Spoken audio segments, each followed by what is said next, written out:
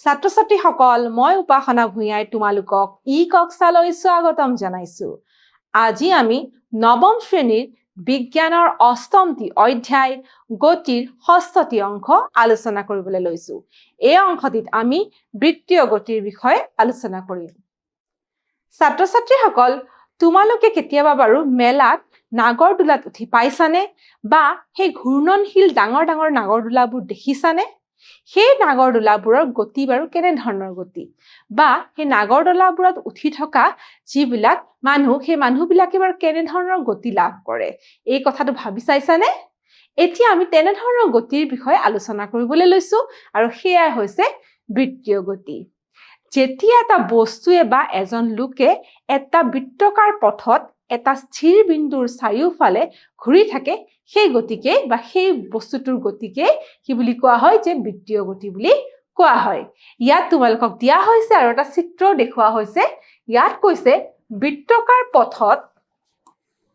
এটা স্থিৰ বিন্দুৰ চাৰিওফালে ঘূৰি থকা বস্তুৰ বৃত্তাকাৰ গতিকে কি বুলি কোৱা হৈছে বৃত্তীয় গতি বুলি কোৱা হৈছে।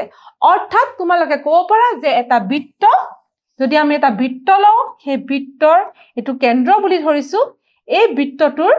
পৰিধিৰে যদি কোনোবা ঘূৰি থাকে বা এটা বস্তুৱে চলাচল কৰি থাকে গতিকে তাৰ স্থিৰ বিন্দুটোৰ বৃত্তটোৰ স্থিৰ বিন্দুটো যেটো হৈছে সেয়া হৈছে তাৰ কেন্দ্ৰবিন্দু আৰু ইয়াৰ পৰিধিৰে যদি কোনোবাই গতি কৰি থাকে সেয়াই হৈছে এটা বৃত্তাকাৰ গতিৰ উদাহৰণ। আৰু ইয়াত তোমালোকক দেখিছানে এটা ছবি এটা দেখুৱাবলৈ চেষ্টা কৰা হৈছে। ছাত্ৰ-ছাত্ৰীসকল এতিয়া তোমালোকক আন এটা ধাৰণা দিয়া হৈছে যে সুষম বৃত্তীয় গতি। বৃত্তীয় গতিৰ কথা আমি আলোচনা কৰিলো। সুষম বৃত্তীয় গতিনো কি? ইয়াত দিয়া হৈছে বস্তুৱে বৃত্তাকাৰ পথেৰে সুষম দ্ৰুতিৰে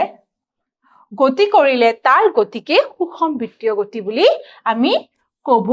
পাৰো। এই কথাটো মনত ৰাখিবা। লগতে আন এটা গুৰুত্বপূৰ্ণ কথাও এইখিনিতে দিয়া হৈছে, সেয়া হৈছে যে এই বৃত্তাকাৰ গতিক ত্বৰিত গতি বুলিও কোৱা হয়। অৰ্থাৎ এই বৃত্তাকাৰ গতি কি বুলি কোৱা হয়? ত্বৰিত গতি বুলি কোৱা হয়। এতিয়া বৃত্তাকাৰ গতিৰ লগতনো কেনে ধৰণে ত্বৰণ জড়িত হৈ থাকে তাকে আমি এতিয়া চাব লাগিব। ইয়াৰ ব্যাখ্যাটো আমি আলোচনা কৰি লওঁ। এই কথাষাৰৰ ব্যাখ্যা দিয়া হৈছে। এই কথাষাৰ ব্যাখ্যা কৰিবলৈ যাওঁতে আমাক এজন দৌৰবিদৰ কথা ভাবিবলৈ কৈছে। দৌৰবিদ এজনৰ পৰিস্থিতি এটা ভাবা। প্ৰথম পৰিস্থিতিটো মই তোমালোকক কৈ দিছো যে প্ৰথমতে ধৰি লোৱা এজন দৌৰবিদে এনে ধৰণৰ ট্ৰেক বা আয়তাকাৰৰ ট্ৰেক এটা ABCD এনে ধৰণৰ এটা ট্ৰেকৰ চাৰিওফালে দৌৰিছে বা এই সীমাৰে এই আয়তৰ সীমাৰে দৌৰিছে। গতিকে যেতিয়া এই দৌৰবিদজনে এই বিন্দুৰ পৰা আৰম্ভ কৰিছে, এইটো দিশত দৌৰিছে, তাৰ পিছত পুনৰ এইটো দিশত দৌৰিছে, আকৌ C পৰা D লৈ এইটো দিশত দৌৰিছে আৰু শেষত আকৌ D পৰা A লৈ এইটো দিশত দৌৰিছে। এতিয়া আমি ক'ব পাৰো যে দৌৰবিদজনে দৌৰি থাকোতে কি হৈছে, যদি বেগৰ পৰিৱৰ্তন নহয়ও, ধৰি লৈছো দৌৰবিদজনে একেটা বেগতে দৌৰিছে কিন্তু দৌৰবিদজনে চাৰিবাৰকৈ কিন্তু তেওঁৰ দিশ সলনি কৰিবলগীয়া হৈছে। এতিয়া আন এটা পৰিস্থিতি ইয়াত দিয়া হৈছে, যদি দৌৰবিদজনে এই আয়তাকাৰ ট্ৰেকত নুঘূৰি ষড়ভুজাকৃতি অৰ্থাৎ ষড়ভুজাকৃতি য'ত হেক্সাগনৰ কথা কৈছে, এই ষড়ভুজাকৃতি পথেৰে দৌৰে তেতিয়া কি হ'ব? ষড়ভুজাকৃতি পথেৰে দৌৰিবলৈ হ'লে আমি 6টা ভুজ আঁকিব লাগিব। 1 2 3 4 5 আৰু 6। এতিয়া A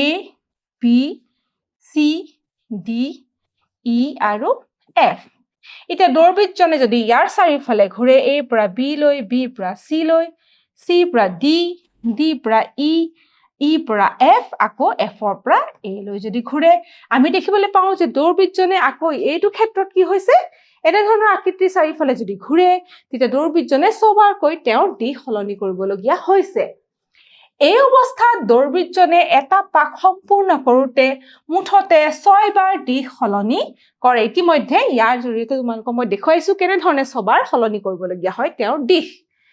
যদি আমি বাহুৰ সংখ্যা অবিৰতভাৱে বঢ়াই গৈ থাকো তেতিয়া কি হ'ব ইয়াৰ কথা কৈছে। এতিয়া প্ৰথমতে 4টা বাহু আছিলে এই ট্ৰেকটো, দৌৰবিদজনে যিটো ট্ৰেকত দৌৰিছে, এতিয়া যদি আমি সেইটো সৰভুজ কৰি দিওঁ তাৰ বাহুৰ সংখ্যা 6ডাল হ'ল এতিয়া আমি অষ্টভুজলৈ যদি লৈ যাওঁ তে বাহুৰ সংখ্যা 8টা হ'ব তেনে ধৰণে যদি আমি বাহুৰ সংখ্যা বঢ়াই গৈ থাকো তেতিয়া কেনে ধৰণৰ পৰিস্থিতি উৎপন্ন হ'ব বাৰু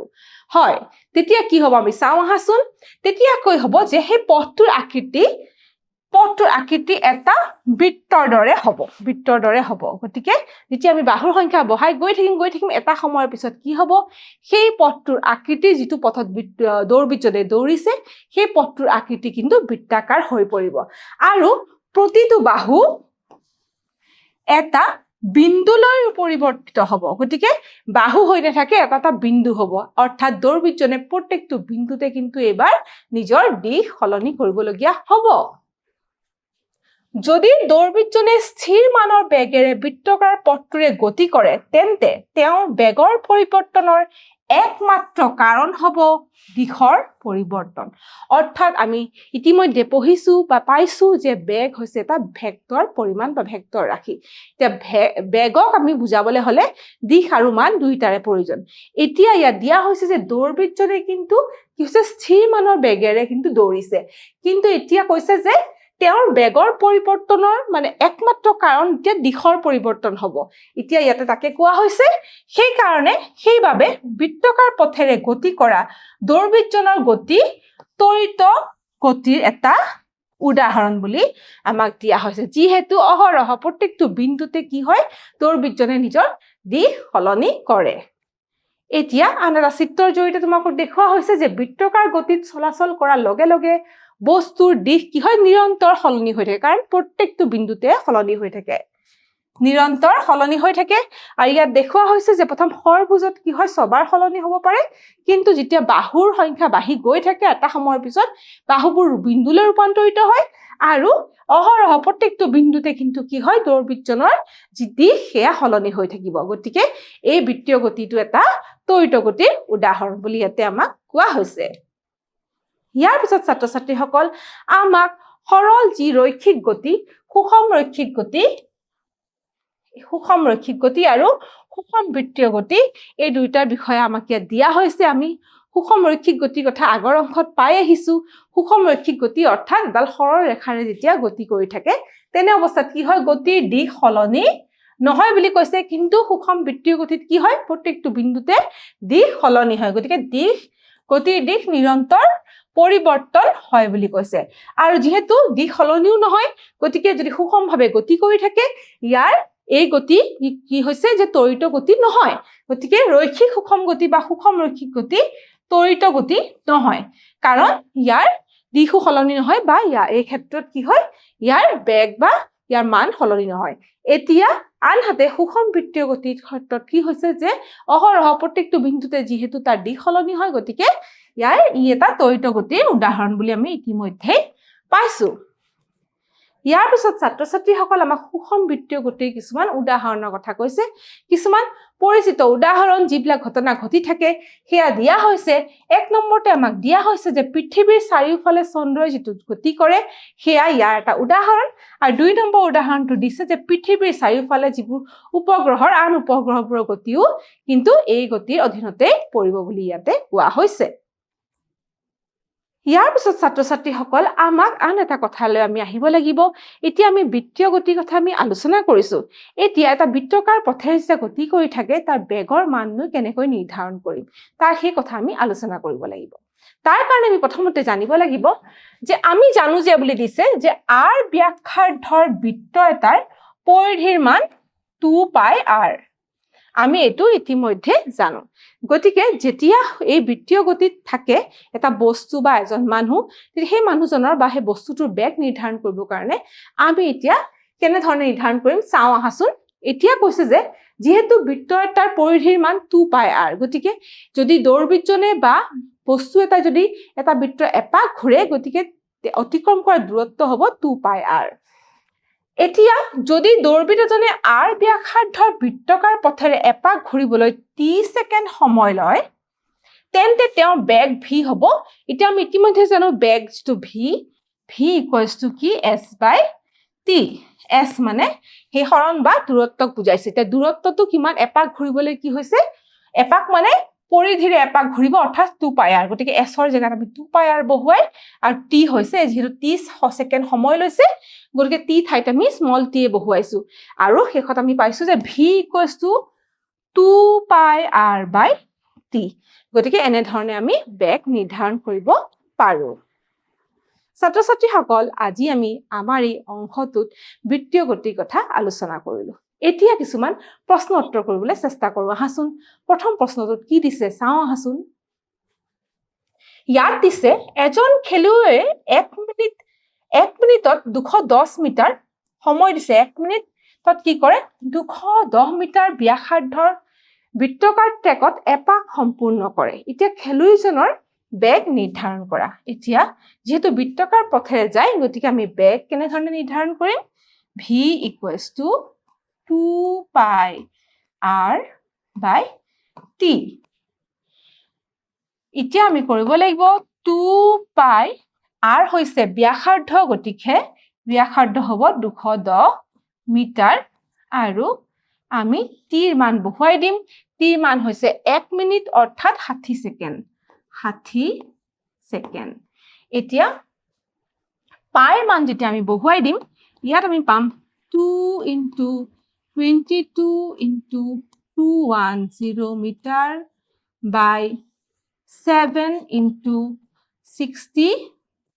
সেকেন্ড এতিয়া আমি 7 3 * 21 0 আৰু 31 * 30 2 * 60 লগতে 2 আৰু 2 কেনসেল হ'ব গতিকে আমি উত্তৰটো কি পাবলৈ সক্ষম হ'ম এতিয়া আমি উত্তৰটো পাম 22 মিটাৰ প্ৰতি সেকেন্ড এতিয়া আমি এটো উত্তৰ পাইছনে নাই চাও ইয়াত বিকল্পত আছে নে নাই হয় একেবাৰে প্ৰথমতে ক বিকল্পটোতে আমাৰ কি আছে 22 মিটাৰ প্ৰতি সেকেন্ড আমি এটো উত্তৰ পাবলৈ সক্ষম হৈছো গতিকে শুদ্ধ উত্তৰটো হ'ব 22 মিটাৰ প্ৰতি সেকেন্ড ইয়াৰ পিছৰ প্ৰশ্নটো চাও আহাচোন ইয়াৰ পিছৰ প্ৰশ্নটো আমাক কি সুধিছে চাও এজন শিক্ষাৰ্থীয়ে এটা শিলক 1 মিটাৰ দৈৰ্ঘ্য সূতাৰ সৈতে বান্ধি দিয়ে আৰু ইয়াক বৃত্তাকাৰ গতিত ঘূৰাবলৈ আৰম্ভ কৰে এতিয়া কি কৰে যে শিলটোৱে 10 সেকেন্ডত 20টা ঘূৰ্ণন সম্পূৰ্ণ কৰে শিলটোৱে কিমান গতিত গতি কৰিব বা কিমান বেগত গতি কৰিব এটো বেগত হ'ব কিমান বেগত গতি কৰি আছে আমাক সুধিছে তে শিলটোৰ বেগৰ কথা আমাক সুধিছে পুনৰ আমি v = 2 পাই r by t এই ফৰ্মুলাটো ব্যৱহাৰ কৰিব লাগিব হে আমি কৰি চাও হাসুন v = 2 পাই r by t আমি ব্যৱহাৰ কৰিব লাগিব এতিয়া ইয়াকে ব্যৱহাৰ কৰিবলৈ হলে আমাক ইয়াত 2 পাই আৰু t ৰ মান দিছে ইয়াত দিয়া আছে 1 মিটাৰ দৈৰ্ঘ্য সূতা গতিকে এই 1 মিটাৰ দৈৰ্ঘ্য সূতাডালত বান্ধিছে গতিকে ব্যাসাৰ্ধ হ'ব 1 মিটাৰ আৰু ইয়া শিলটোৱে 10 সেকেন্ড সময় লৈছে গতিকে আমি কি কৰিব লাগিব যে 2 * পাই আৰু ব্যাসাৰ্ধ হৈছে আমাৰ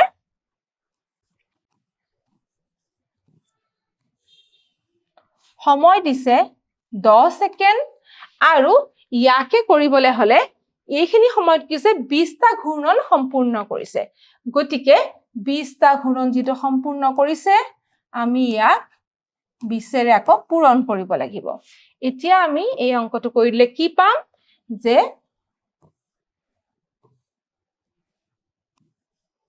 এয়া পাবলে আমি সক্ষম হম গতিকে 2 * 2 = 4 4 পাই মিটাৰ প্ৰতি সেকেন্ড আমি পাবলৈ সক্ষম হম এতিয়া এইটো বিকল্পটো আমাৰ উত্তৰত আছে নে নাই এই উত্তৰটো আছে নে নাই আমি চাও হাসুন ইয়াত আমাক দিয়া হৈছে খ বিকল্পটোত দিছে পাই মিটাৰ প্ৰতি 4 পাই মিটাৰ প্ৰতি সেকেন্ড গতিকে আমি ইয়াত পাবলৈ সক্ষম হৈছো 4 পাই মিটাৰ প্ৰতি সেকেন্ড গতিকে ইয়াৰ একেবাৰে শুদ্ধ উত্তৰটো হৈছে 4 পাই মিটাৰ প্ৰতি সেকেন্ড ইয়াৰ পিছৰ প্ৰশ্নটো আমি কৰি চাবলৈ চেষ্টা কৰো ইয়াৰ পিছৰ প্ৰশ্নটোত আমাক কি সুধিছে চাও আহাচোন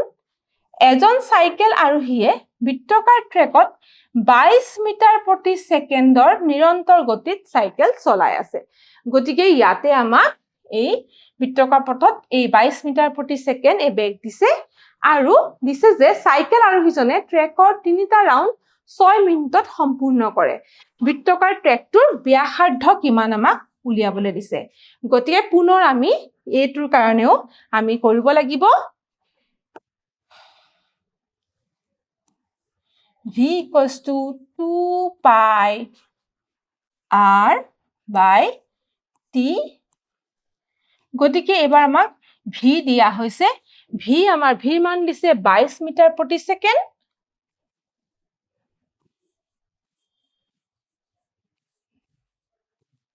আকৌ 2 into 22 into r দিয়া হৈছে আমাক যেটো ব্যাসাৰ্ধ r ৰ মান আমাক উলিয়াবলৈ দিছে আৰু ইয়াত দিছে যে তিনিটা ৰাউন্ড 6 মিনিটত সম্পূৰ্ণ কৰিব বুলি দিছে গতিকে r টো আমি r বুলিয়ে লিখিম গতিকে তিনিটা ৰাউন্ড সম্পূৰ্ণ কৰিব কিমানত 6 মিনিটত গতিকে 6 মিনিটত যদি তিনিটা ৰাউন্ড সম্পূৰ্ণ কৰে গতিকে 6 মিনিটক আমি যেতিয়া আমি 6 মিনিটক সেকেন্ডলৈ লৈ যাম গতিকে আমি কি পাম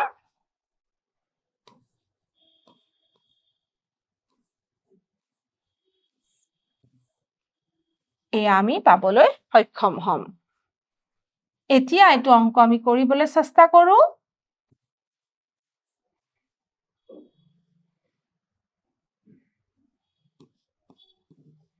(22 মিটাৰ প্ৰতি second into 7 into 6 into 60 second by 2 into 22 into 3 equals to r এখিনি আমি কৰিলে ব্যাসাৰ্ধ r উলিয়াবলৈ সক্ষম হম এতিয়া এটো ক্যান্সেল হ'ব আকৌ 3 1 যা 3 2 যা 6 গতিকে 2 1 যা 2 1 যা গতিকে 7 6 যা 42 আৰু 0 গতিকে আমাৰ উত্তৰ থাকিলে মিটাৰ আৰু ইয়াত যেহেতু প্ৰতি সেকেন্ড আৰু সেকেন্ড আছে এই দুটাও ক্যান্সেল হৈ যাব সেকেন্ড গিটা আৰু আমি r ৰ মান পাবলৈ সক্ষম হম r অৰ্থাৎ ব্যাসাৰ্ধ 420 মিটাৰ এতিয়া এই উত্তৰটোনো আমাৰ বিকল্পত আছে নে নাই আমি চাও 420 মিটাৰটো ইয়াত আমি দেখিবলৈ পাইছো যে ক যেটো বিকল্প তাতে আমাক 420 মিটাৰ বুলি দিয়া হৈছে অৰ্থাৎ এই ব্যাসাৰ্ধটো কি হৈছে 420 মিটাৰ বুলি আমি পাবলৈ সক্ষম হলো ছাত্ৰ ছাত্ৰী সকল আজি আমি আমাৰ এই অংশটোত বৃত্তাকাৰ গতিৰ কথা আলোচনা কৰিলো লগতে কিছুমান মূল্যায়নৰ প্ৰশ্নও কৰিবলৈ চেষ্টা কৰিলো আজি আমাৰ এই অংশটো ইয়াতে শেষ হল লগতে এই অধ্যায়টো শেষ হৈছে আজিলৈ আহো ধন্যবাদ